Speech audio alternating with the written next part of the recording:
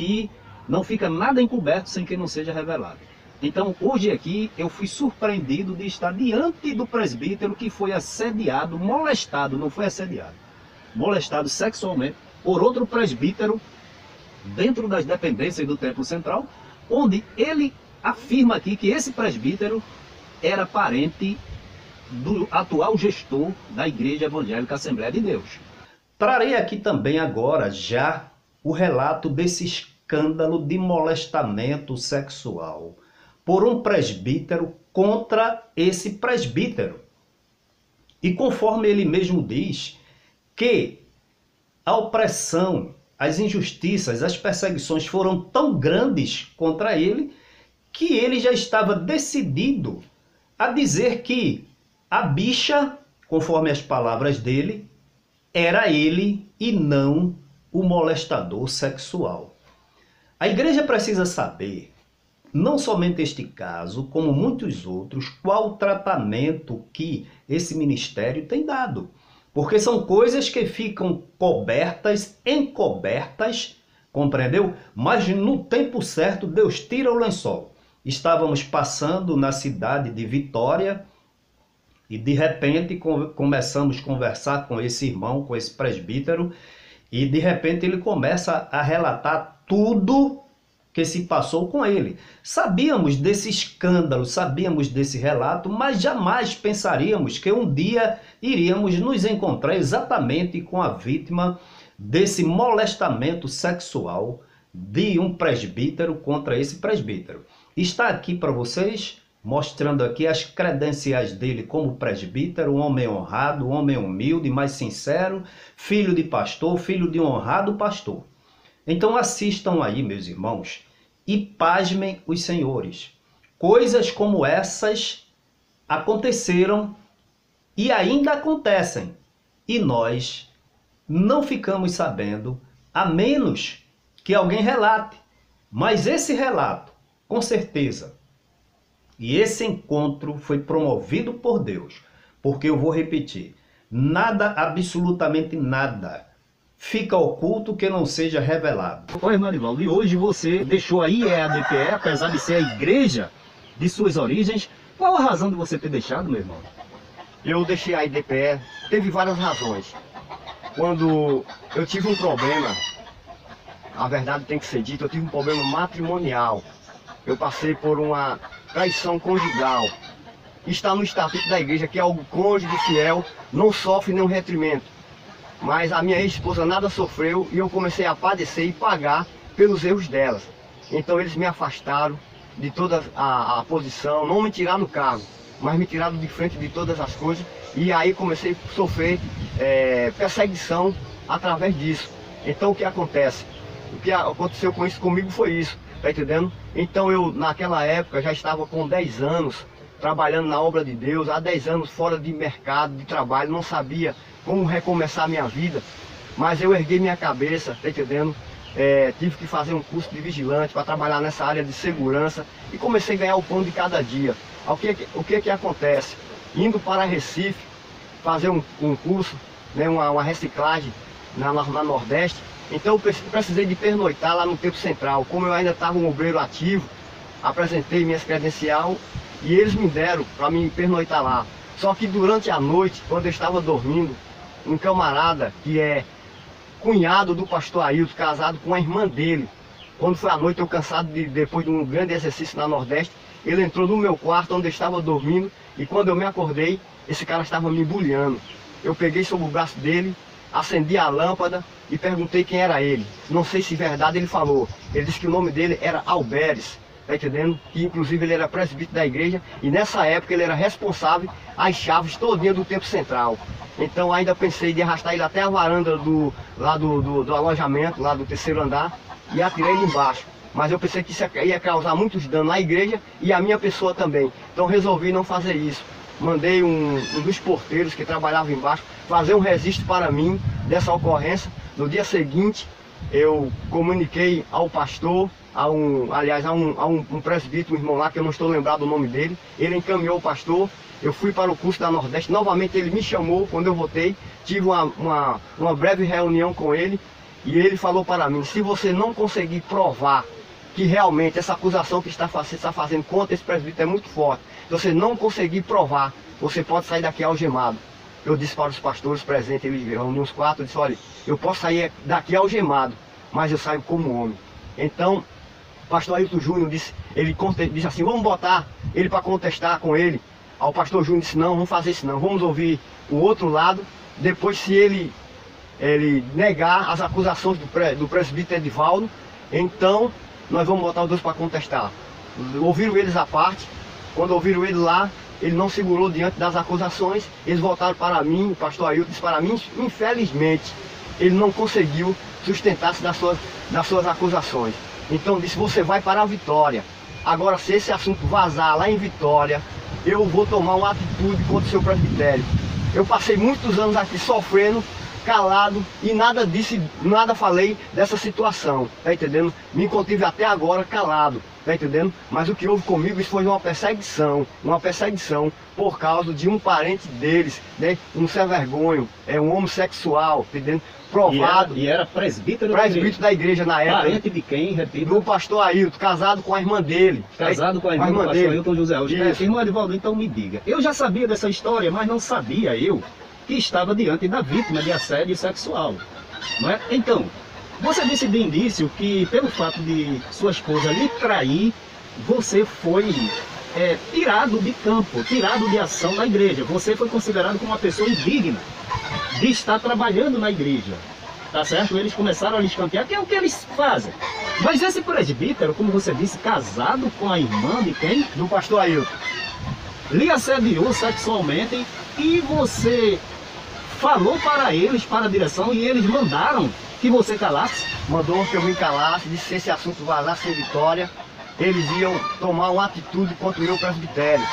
Então eu passei vários anos calado, sofrendo e assim mesmo perseguido por ele. Não sei se realmente aconteceu o que ele disse.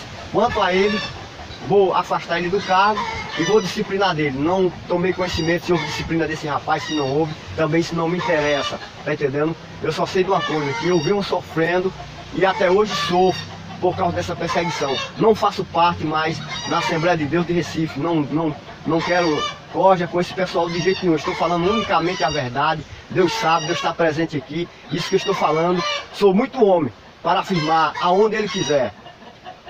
Viemos aqui nessa cidade tratar de assuntos outros e Deus prepara tudo, né? Sabíamos dessa história, que houve uma história de um assédio sexual a um presbítero nas dependências da Igreja Evangélica Assembleia de Deus, né? E coincidentemente aqui eu perguntei ao nosso irmão Edivaldo, presbítero da igreja, né, qual a razão dele ter saído, e ele disse que perdeu o sustento da igreja e foi fazer curso de vigilante, né, irmão Edivaldo? Fui fazer e precisou, não é verdade? É verdade. E precisou se hospedar nas dependências do Templo Central na época, isso logo após, e a Bíblia diz, né, irmãos, que não fica nada encoberto sem que não seja revelado. Então, hoje aqui, eu fui surpreendido de estar diante do presbítero que foi assediado, molestado, não foi assediado, molestado sexualmente por outro presbítero dentro das dependências do Templo Central, onde ele afirma aqui que esse presbítero era parente do atual gestor da Igreja Evangélica Assembleia de Deus. O irmão Edivaldo, ele foi afugentado, ele foi escanteado, porque a mulher, houve uma história que ela o traiu, mas ele querendo continuar no ministério, né, resolveu ficar com ela, tudo, mas em função dessa história ele foi escanteado, afugentado, esqueceram, ficou em Lodebar. Agora, irmão Edivaldo, esse homem, presbítero, lhe molestou sexualmente dentro das dependências do Templo Central. Ele sofreu alguma penalidade, uma vez que o senhor diz o seguinte: olha, irmão Josué, eu fui lá, chamei os pastores, registrei na portaria e ficou lá no livro. Então, você está dando um testemunho aqui, você assume essas declarações, e é tanto que você está se identificando, dando aqui a sua carteira de presbítero. Então, aí você está dizendo, registrou tudo no livro, agora você sabe se foi feita, se foi dada alguma penalidade para essa pessoa que lhe molestou sexualmente? Olha, na realidade, não tomei conhecimento disso.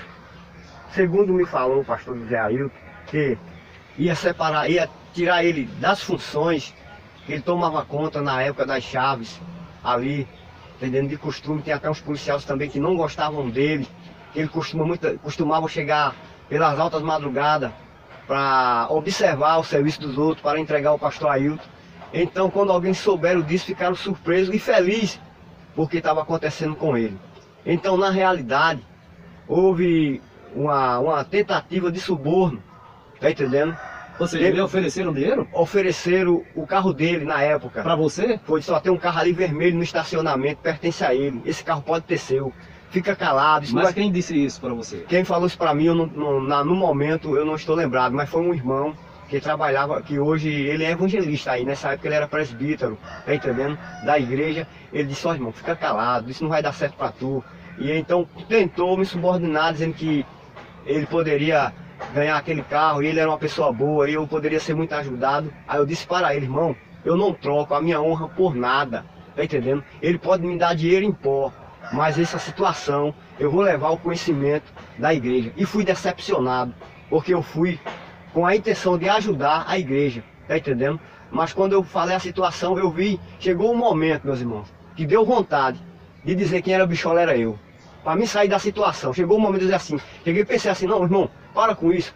O problema todinho foi eu. Eu cheguei a um ponto de chegar, pensar até dizer isso, para mim sair da situação, sobre a ameaça deles, que se eu não provasse, tá entendendo? Eu digo: mas Deus está comigo. E eu fui e provei a minha inocência. Agora, quanto se fizeram alguma coisa com ele, não tomei conhecimento, porque quando eu saí de lá, eu não quis saber mais desse assunto. Eu fiquei com trauma aqui da cidade de Vitória.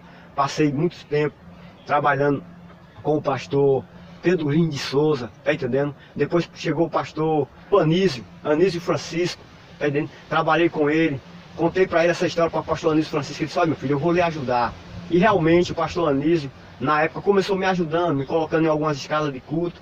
Mas depois que entrou o pastor Manuel Anísio, o outro Anísio, então ele mandou me chamar lá. Aí disse: eu mandei ele chamar aqui, você é o presbítero Edivaldo? Eu digo: sou eu mesmo, meu irmão. O que é que está acontecendo? Se eu tenho o que de novidade para lhe dizer? Ele disse: olha, eu lhe chamei para lhe dizer que você, na Assembleia de Deus, é um zero à esquerda. O Manuel Anísio. O Manuel Anísio que disse. Que atualmente está em Barreiros. Isso, positivo. Ele disse que você era um zero à esquerda. É um zero à esquerda. Porque você foi molestado sexualmente. Olha, isso aqui é muito grave. Então, pastor Manuel Anísio, o senhor, por conta de um relato verdadeiro que foi assediado, molestado sexualmente, e essa pessoa era influente porque era parente de Ailton José Alves. Então, quando ele chegou aqui em Vitória, ele foi bem recebido, honrado pelo pastor que estava, mas quando o senhor assumiu, o senhor ameaçou o presbítero Edivaldo. Faça isso não, homem. Como é que você chega diante da igreja de Deus para entregar mensagem, para falar a verdade? Olha, eu fico indignado, meus irmãos, porque eu estou aqui, olha, hoje são 14 de julho de 2021. E por acaso eu me encontrei aqui com esse homem de Deus, presbítero Edivaldo. A carteirinha dele está aí. Eu fico indignado. O pastor Manuel Anísio tratou de prejudicar, né, o nosso irmão Edivaldo, simplesmente porque foi verdadeiro e não aceitou, eu vou dizer uma palavra muito verdadeira, mais grossa, a safadeza dentro da igreja. Não foi isso, irmão Edivaldo? Foi isso mesmo. Me chamou lá e disse: olha, ministério para você é zero. Você é um zero à esquerda. Tá entendendo? Também, no mesmo momento, eu disse: pastor, você tem mais algo a me dizer? Não tenho não. O senhor me permite eu me retirar do seu gabinete? Ele disse: pois não. Eu disse: dê licença. Agora diga uma coisa, pastor. Quando você tiver algo para levantar a minha autoestima, você me chama aqui. Mas quando você tiver esse tipo de assunto, fique para você mesmo. E pedi licença e me retirei do gabinete dele. Então, concluindo, está aí o relato do presbítero, muito grave, lá a respeito do molestamento sexual, né, de um presbítero contra ele. Precisa saber, não importa quanto tempo faz, qual foi o tratamento que esse ministério deu a esse caso. Não é assim, além de ser uma justiça, porque o tratamento deve ser igual para todos, a Bíblia diz que aquele que confessa e deixa, alcança misericórdia. Mas aquele que encobre seus pecados nunca prosperará. Então, esse manto que se coloca sobre, eu vou dizer mais uma vez, sobre os pecados, sobre os defeitos, sobre as ilicitudes e até sobre crime, só faz com que a cobrança seja infinitamente maior. Então, O relato está aí do molestamento sexual, o relato está aí do tratamento que o Manuel Anísio deu ao presbítero Edivaldo, filho de um pastor conceituado, honrado, que deu a sua vida nesse ministério. E isso não pode continuar acontecendo, porque esses homens não tratam... Tem gente que diz, eles tratam a igreja como empresa. Não é não. Porque se fosse tratada como empresa, compreendeu? As sanções penais seriam aplicadas bem instantaneamente pelo poder público, pelos credores, pelos acionistas e até pelos clientes. Mas como fica nessa dubiedade, igreja, empresa, empresa, igreja, né? Com esse manto que eles têm da imunidade fiscal, tributária, fiscalização, porque uma empresa, um órgão público sofre fiscalização da população, dos clientes, dos seus concorrentes, das outras empresas, né? Dos órgãos fiscalizadores, né? Do poder público, de todo mundo. E a igreja, já que Deus é longânimo, as ações desses homens são fiscalizadas, são, vamos dizer assim, tratadas por quem? Mas no dia do juízo, Deus trará, já está trazendo, mas nada, absolutamente nada ficará oculto aos olhos daquele que tem os seus olhos como chamas de fogo. Que Deus em Cristo nos abençoe. E eu quero dizer para todos, nós não nos refutaremos. Traremos aqui sim escândalos, desvios de condutas, crimes, seja lá o que for, porque quem quiser viver a vida absoluta, que viva. Agora, com dissimulação, se passar por santo, querer ensinar santidade, querer ensinar a palavra de Deus, querer ensinar injustiça quando não tem a menor condição, chegando às nossas mãos, nós vamos aqui fazer as devidas denúncias. Que Deus em Cristo abençoe. Tenham todas uma boa tarde.